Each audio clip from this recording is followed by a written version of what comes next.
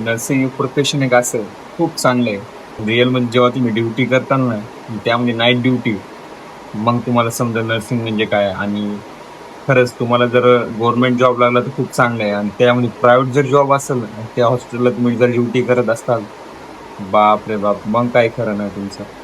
कारण एक म्हणजे तुमचं जेवण टाईमला होणार नाही, दुसरं म्हणजे तुमच्या तब्येतीवर परिणाम होणार, तुमचा चिडचिडपणा होणार, आणि पेमेंट तर विचारू नका. 10,000 ते 15,000, आणि त्याच्यामध्ये काम खूप ढोरासारखे मेहनत करून घेतल्या जाणार तुम्हाला. जर आपण काही बोललं तर मग काही खरं नाही. आपल्याला ते थोडं टार्गेट केलं जाणार, कारण आपल्यातलेच काही लोक असतात जे आपल्याच गोष्टी मॅनेजर पर्यंत जाऊन सांगतात.